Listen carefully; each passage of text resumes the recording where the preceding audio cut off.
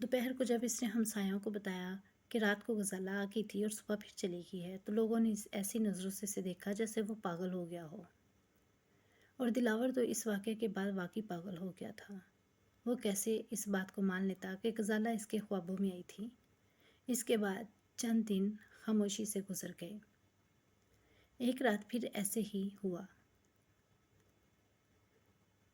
دلاور رات کا کھانا کھا کر ذرا باہر ٹہلنے کے لیے نکل گیا۔ واپس آیا تو گلی کا دروازہ کھلا تھا اور غزالہ در تھامے کھڑی تھی۔ دلاور کا منہ کھلے کا کھلا تھا۔ غزالہ نے اس وقت اچھا خاصا بناؤ سنگھار کیا ہوا تھا، جیسے وہ ابھی کسی خوشی کی تقریب سے واپس آئی ہو۔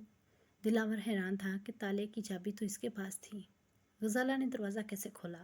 لیکن غزالہ نے اسے یہ سوچنے کی مہلت ہی نہ دی اور ہاتھ پکڑ کر کھینچتے ہوئے اندر لے گئی۔ دلاور آج اسے ساری باتیں پوچھنا چاہتا تھا، اپنی تمام الجھنیں دور کرنا چاہتا تھا، لیکن غزالہ نے اسے چارپائی پر بٹھایا اور خود اس کے قدموں میں سر رکھ کر رونے لگی۔ دلاور، وہ ہچکیاں لیتے ہوئے بولی، مجھے معاف کر دو، میں نے تمہیں بہت دکھ دیے ہیں۔ دلاور اس کو تسلیاں اور حوصلہ دینے لگا اور کوئی سوال نہ پوچھ سکا، لیکن جب صبح اٹھا تو غزالہ کا نام و نشان تک نہ تھا۔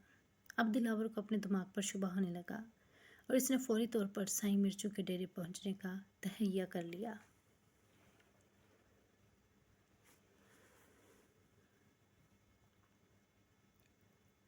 ایک سناٹے دار آواز کے ساتھ سامری گرو نارائن کے قائم کردہ حصار سے چند فٹ کے فاصلے پر زمین کے اندر سے باہر نمودار ہوا اور کڑک دار آواز میں بولا، چوہے کی اولاد، تو نے میری سمترا کو تباہ کر دیا، میں تیرا خون پی جاؤں گا۔ میرا نام سامری جادوگر ہے اور میرا جادو سر چڑھ کر بولتا ہے۔ اب بھی وقت ہے، منڈل سے باہر آ کر میرے چرنوں کو چھو کر ڈنڈوت کر کے مجھے گرو مان کر میرا چیلا بن جا۔ تیری شمع کی صرف یہی آخری صورت ہے، ورنہ تیری آتما بھی چین نہ پائے گی۔ گرو نارائن نے اس کی تیز آواز سن کر اپنی آنکھیں کھولیں اور ہاتھ کے اشارے سے اسے بھاگ جانے کا اشارہ کیا اور تیزی سے ہونٹ ہلانے لگا۔ سامری نے اس حرکت سے مزید غضبناک ہو کر دونوں ہاتھ پھیلائے تو اچانک گرو نارائن کو اپنے عقب میں سے کئی شیروں کے ایک ساتھ دھاڑنے کی آوازیں آنے لگیں۔ یہ آوازیں اسے اپنے بالکل پشت پر محسوس ہوئیں۔ اسے یوں محسوس ہوا کہ شیر اس کی گردن پر اپنا پنجہ مارنے وہی والے ہیں۔ گھبرا کر گرو نارائن نے ایک دم پلٹ کر پیچھے دیکھا تو اسے عین اسی لمحے اپنے آگے کی طرف اس سے بھی زیادہ شیر دھاڑتے محسوس ہوئے تو گرو نارائن بوکھلا کر کھڑا ہو گیا اور اسی بوکھلاہٹ میں اس کا ایک پاؤں منڈل سے باہر آ گیا۔ اب اسی ایک لمحے کا سامری کو انتظار تھا کہ ایک دفعہ گرو نارائن منڈل سے باہر ہو جائیں۔ سامری نے کوئی لمحہ ضائع کیے بغیر اس کا پاؤں پکڑ لیا اور گھسیٹ کر منڈل سے باہر لا پھینکا۔ اب بازی الٹ چکی تھی، پانسا پلٹ چکا تھا۔ سامری نے جے کالی ماتا کا نعرہ بلند کیا اور اس کے ساتھ ہی دونوں ہاتھ بڑھا کر گرو نارائن کی طرف کر کے زور سے جھٹکے تو گرو نارائن کو اپنے تن بدن میں شعلے گھستے ہوئے محسوس ہوئے۔ اس کے چاروں طرف آگ لگ چکی تھی۔ وہ شعلوں میں گھرا تھا۔ اس کے ساتھ ہی گرو نارائن نے اچلت سے اوجھل چاپ چل پڑا، لیکن آگ کے شعلے آسمان سے باتیں کرنے لگے اور سامری نے کالی ماتا کا نعرہ لگا کر فوراً اپنی جگہ سے غائب ہو گیا اور پھر اپنی جادو نگری میں جا کر ہی ظاہر ہوا۔ پورے شاہی محل میں پریا کا طوطی بولتا تھا۔ شکنتلا کے مکمل آشیرواد کی وجہ سے پریا کے قدم ہی دھرتی پر نہ ٹکتے تھے۔ دربار اور محل کی بڑی سے بڑی شخصیت کو خاطر میں نہ لاتی۔ شکنتلا کی عدم موجودگی میں وہ خود کو ہی ملکہ ہی سمجھتی تھی۔ سندرتا کے معاملے میں بھی خود کفیل تھی۔ اچھا لباس، اچھی خوراک اور اختیارات کا نشہ مل کر آدمی کو پاگل کر دیتے ہیں۔ اس کے گرد ہر وقت کنیزوں اور غلاموں کی فوج ظفر موج رہتی، جس کے ایک گبرو جن پر ہر حکم کی تعمیل کرتے۔ خلاف مزاج بات سننا ہی وہ گوارا نہ کرتی تھی۔ ان سب باتوں کے باوجود اسے کچھ کمی سی محسوس ہو رہی تھی۔ شکنتلا کو دیکھتی کہ وہ پہلے سے شادی شدہ تھی، پھر مہاراجا رام ناتھ کی مہرانی بن گئی، اس کے بعد بلگرام اور پھر سامری کی محبوبہ بن گئی، اور اب کوئی گود اس کے لیے نئی نہ تھی۔ ہر رات ایک نیا مرد اس کی خلوت میں ہوتا۔ یہ باتیں دیکھ دیکھ کر پریا کے جذبات بھی برنگتا ہو رہے تھے۔ اس کا من بھی مچلنے لگا کہ کوئی نوجوان اس کی تنہائی دور کر دے۔